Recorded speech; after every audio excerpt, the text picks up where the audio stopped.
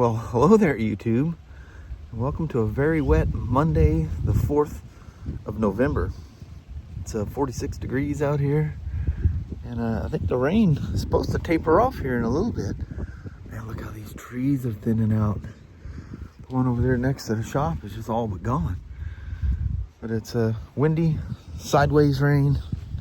I have no mic protection, so it's probably going to be loud.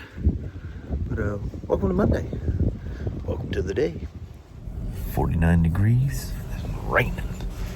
Actually, the rain's pretty light here. We had a couple of times it was pretty heavy, but the biggest thing was the wind. Oh, holy moly. Very crazy wind. There's times you just hear the car just go whoa, and you go down the road.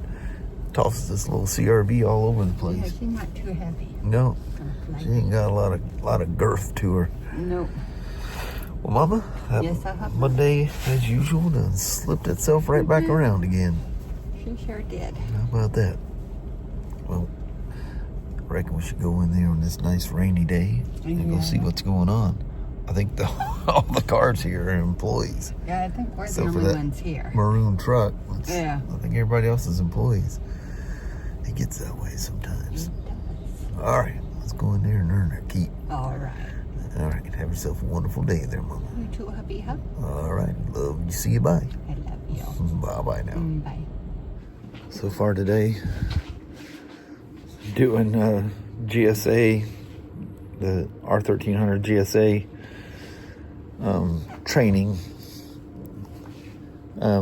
Got the test your knowledge is the last thing. Man, there's a lot to that thing. There's a huge section on the ASA, I think they call it automated shift assistant. There's an automatic version of that thing, no clutch lever. Man, they can sure make a complicated system. Wow, is that thing complicated? And they're going through all the fault codes that can occur and all these different things, different scenarios if things went down, what the automatic transmission will do, or in a certain case not do. But yeah, I got a test doing that. So to get my head off that thing, I pulled this in. The guy wants us to diagnose the oil level sensor, and the very first step, it failed. I don't know why. It just doesn't read oil level in it. Yeah. So that sensor, I'm afraid what you got to do to get that. I've never had to replace one of those things. So hopefully it's externally available. You don't have to take the whole engine apart, which it needs to have the whole engine taken apart. She's a metal producer. So, I'm wondering if it wasn't, I don't know, and there's nothing that shows me the inside of that oil level sensor, how it reads. There's some tests to do, electrical test, and just everything seems to be fine. So the sensor itself is not reading. Of course, I can't get it in an active mode because it's at a point that I can't run it right now. And so the sensor, the first thing is just not seeing the oil. So I'm wondering if the metal got in there and disturbed that in some way, but there's no way of telling. This thing, I'm not sure why the guy wants to spend a little extra time and have us diagnose that. It's the thing's, it's pretty much done. If it's making that much metal, that's not good. I wouldn't trust this thing at all to go anywhere with it. I mean, a guy could be super lucky and just wing it and see what happens. But yeah, that's risky. Those are plain bearings, Babbitt bearings, whatever you want to call them. So it's a crank or rod bearing, and you don't want any of that going bad. And what's crazy, what caused it? I don't think it caused it by having too much oil in it. I don't think he made it far enough, because what happened, it basically drowned itself. He couldn't go. So, I think it was existing, and what my beliefs are is, they kept seeing low oil levels, so they kept adding oil to it, hoping that level switch would go away. Well, the switch, it's just my theory is that the metal was floating around in the engine and damaged that switch, so it's not seeing the level. I don't know. It doesn't show anything. I can't see it, without, taking it out and dissecting it. How is it measuring the oil? I know BMW and some of the older ones, they had this little strip that measured the fuel level in them. And it was the old Boxers. I think other bikes used it too. But there was actually a bulletin on those things way back when that they'd replace that strip. But the strip would sense the wetness of the gasoline in the tank. Well, is there some kind of similar thing for detecting the wetness of the oil? I don't know. I just don't know. I've never had one of those sensors out to inspect one or, dissect it to see how it works. But it reads oil level and then electronically sends that signal. And I doubt, it's an old bobber in there like a fuel level sensor like this thing has. It literally has a bobber in there. For fuel, that was, that has worked and still works. So, I don't know. Oh, check this out.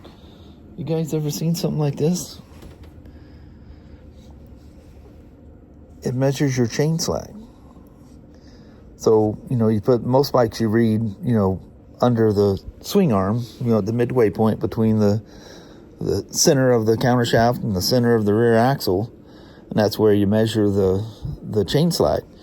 So just to give you an example here, you push this tube down. Say this is the said swing arm. So you put it on the swing arm, you click, you can see the shape of that. The link in between links will click into that. So you lift up and measure what your clearance is. Then you pull it down, it slides that tube up and it tells you what your chain slack is. Let's do this again. So that slides down. Then this slides up that rail. Pretend this is the bottom of the swing arm. And the chain is attached down here. And you'll lift it till the chain, you don't want to force it. And then you just slide the thing back out of the way. And this pipe has a resistance fit, so it stops and tells you what your chain slack is. But anyway, they're like $20 for those things. But typical ProMotion tools, man, they are top quality. I'm thinking, like road trips and stuff like that. That'd be cool to have in your backpack or your little toolkit or whatever.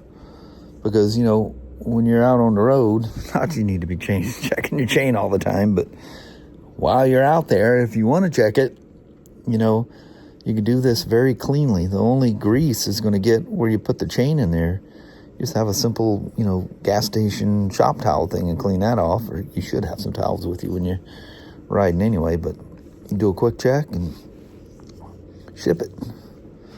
So I was going to do this for work, so I think I'm going to take it home. And I'm going to use it on my Pan America to see how that works. See where my chain slack is on it. I haven't checked it yet. But it probably only has 500 and something miles on it. I guess I can look at my phone. My phone keeps track of all that stuff. But that's pretty cool. Chain slack tool, brain numbing BMW test. That old iPad. That thing's from 2016. This was the first iPad Pro. And I bought the smaller version, the 10.5 at the time.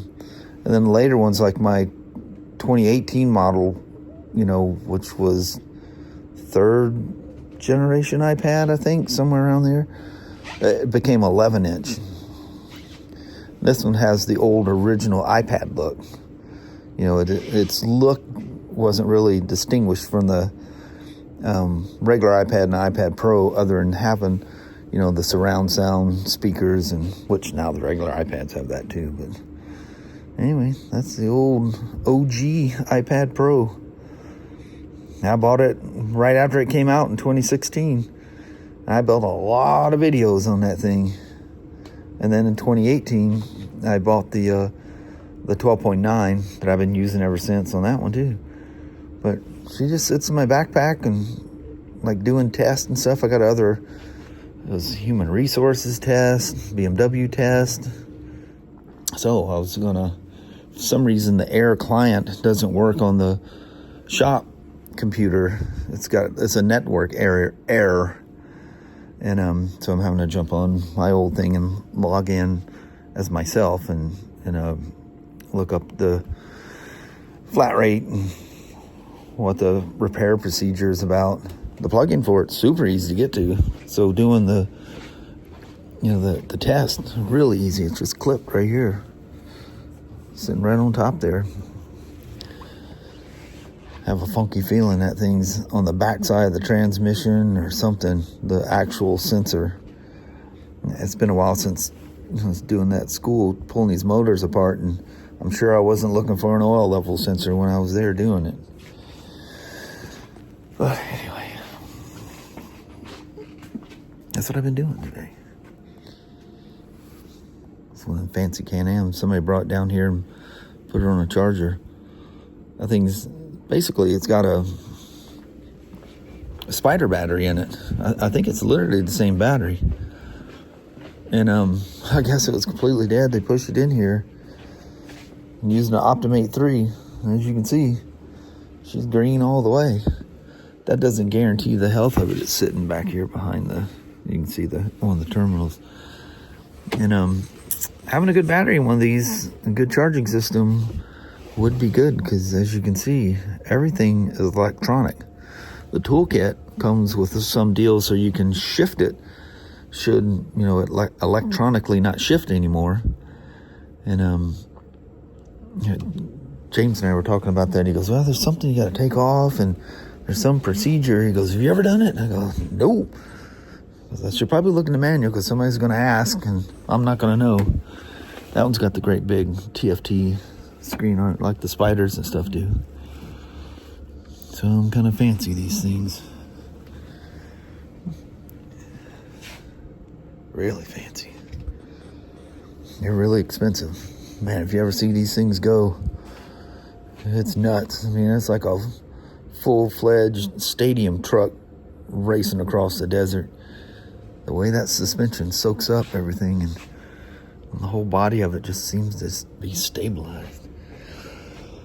But anyway, went through and set my clocks today so I don't do what I do every time the clock changes. I'll look up there and next thing I know, Kelly's, screaming at me, where are you? Or what would happen because the clocks went back an hour. So I'd go up there with my backpack on. What you doing, woman? Aren't you ready to go? You knucklehead, you still got another hour. Went and spent too much time. I was going to come out. There's a couple of trees out here. They're just absolutely gorgeous. Now the sun's not hitting it anymore. There's this one right across the street over here. Still a lot of pretty colors out here. Of course, Vancouver gets it a little later than we do. But it was this tree right here that was just glowing earlier. It's absolutely beautiful. Looking out and see if you see Mount Hood out there, but she's hidden in the clouds. Lots of beauty out here. It's comfortable. I don't even know what the temperature is, but it feels great. After the initial rain and stuff, man, look at this. It's not even 4 o'clock yet. Look at that sun. It's slipping behind them trees back there. Anyway, sorry I didn't get you out and see the prettiness earlier. So I finished the other thing, and I think I didn't mention it, but I was thinking, I must have been thinking there was something else, but it was hazmat stuff for corporate, and then the digital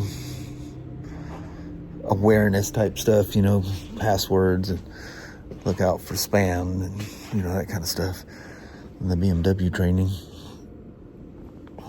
I left the thing on here. Oh yeah, she's perfect now. Anyway, about time to round up. Yeah, it's 5 to 4. Man. What was sunset today?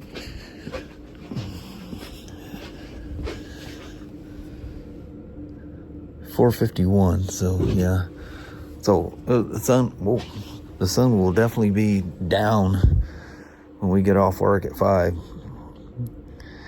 It'll be, even though it's not raining, it'll be headlights on for when we leave the shop. Anyway, we'll tinker with this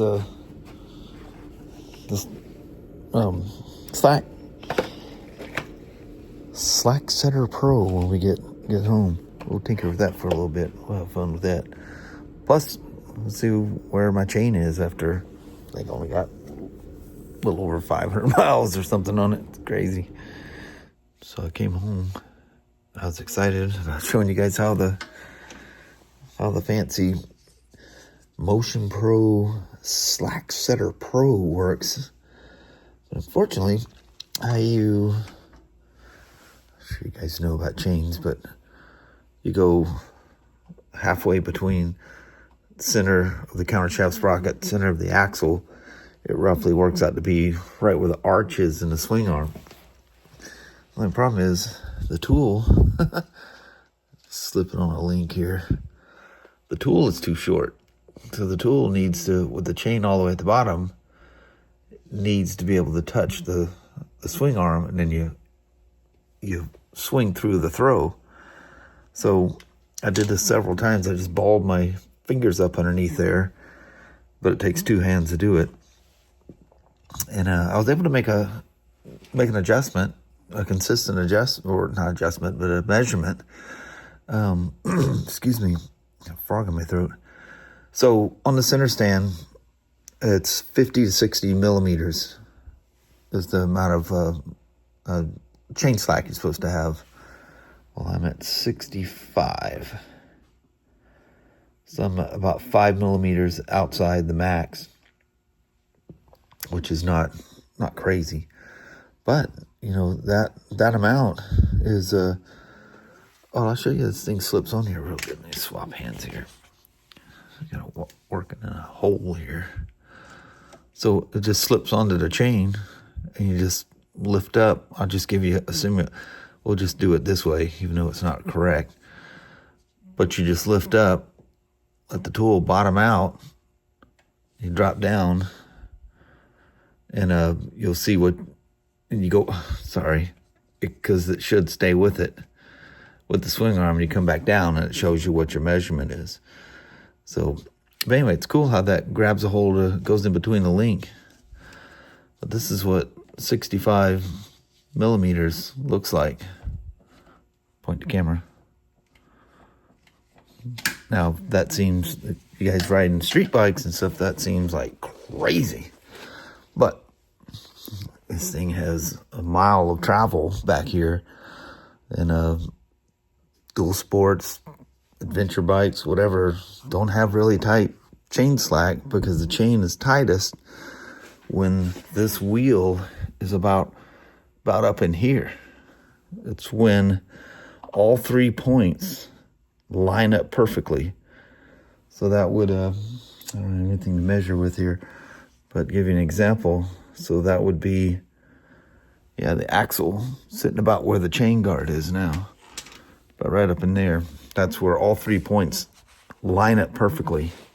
That is the tightest point that the chain will get to in its throw. And the manufacturers, like Harley did here, and all of them have they do it. They know where that tightest point is. And with it sitting on the center stand, that's a given amount of drop, unless you did like change your shock or something.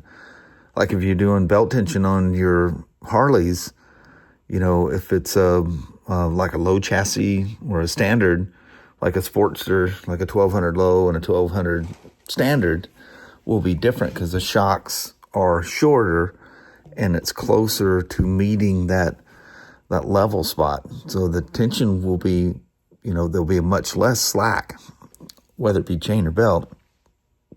But like this, where with it in the air, the suspension's bottomed out of that crazy throw it's got. You got to remember that tire will go to underneath where we can't even see it. That's a lot of throw. That's a lot of movement. But anyway, they calculate that out.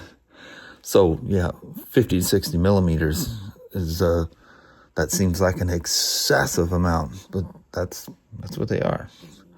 The BMWs, like the last one I did was, well, actually I think I did 2 of them in a row. I think they were 750 low chassis, and they have a really short, it's almost street bike short clearance. I want to say it's like 30 to 40, or like a street bike. I think a S1000R. I want to say it's 25 to 35, something like that. It's not very far, not much throw. But they figured that out, and that's where you need to have them. Now, being 5 millimeters over, that's not excessive. That's not excessive at all. I'll probably adjust it anyway. The axle torque on these things is about like a BMW too. They're 100 Newton meters on those, and this is 100 foot-pounds, which is about 135 Newton meters. That thing has a rather high torque value on it. But it makes me wonder about those cruise tools. To get to 135 Newton meters or 100 foot-pounds, that's some serious leverage. You'll get a feel for it. You get it good and tight, you're gonna be okay. If you have to do it on the road, you're gonna be okay. But Harley's recommendation for a chain lubing is like every 600 miles. And that's a good day of travel. So that's no big deal. I would expect taking a long trip. All the bikes I've taken trips on with chains, way back in the day, always, at the end of the day or in the morning before I took off, it's best to do them at the end of the day, at least lube them anyway. And ideally, the chain slack should be on a cold chain, not on a hot chain. And but while they're warm, after a day's travel, that's the best time to lube them, because the oil, gets into everything a lot better. And with an O-ring chain, when you're oiling it, you're just like protecting the O-rings, obviously, metal protection for corrosion or whatever, and the rollers, the part that makes actual contact in the tooth, the rollers are not sealed. They are just floating there. So all the O-ring protection is for the pivots and stuff in there, but them rollers, the part that actually makes contact with the teeth of the belt, are not O-ring protected. You need to lube them to lube that part of the chain. It's amazing how many people don't know that. If I can point down in here, but the actual roller, look, the roller. You guys mess around with chains, you know what I'm talking about. The part that makes contact with the sprocket. And you'll see a guy that, that doesn't lube his chain, they'll have that hissing sound really loud.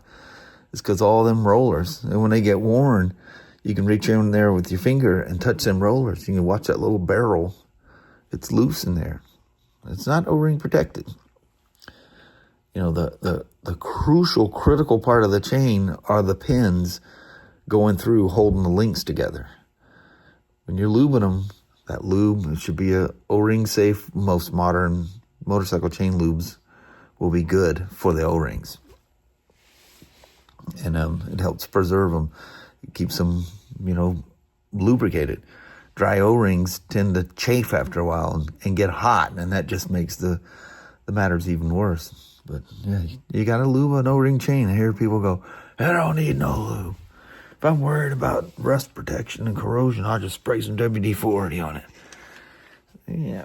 Well, don't come crying to me when your chain wears out prematurely, because that's exactly what's going to happen. So is your sprocket, so is everything else.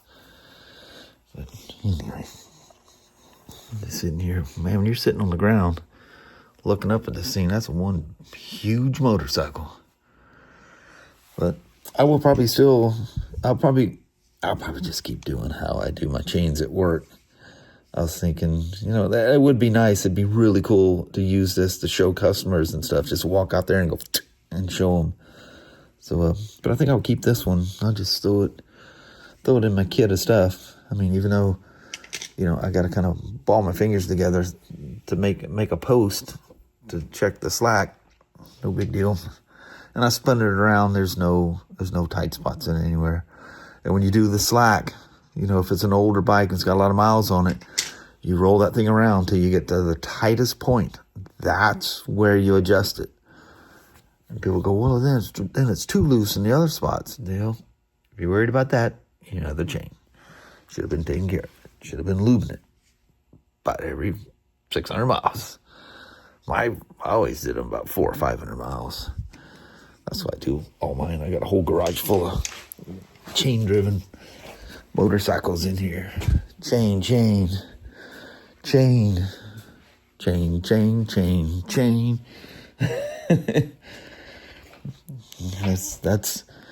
That's all I've had for motorcycles. I had, some Ventures and other bikes that had shaft drives and stuff like that, but everything else is chains.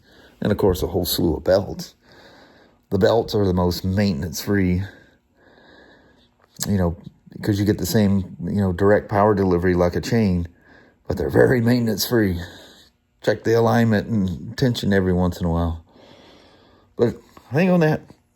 Sorry I didn't get to show you in a better way how this thing works, but really cool tool, really cool.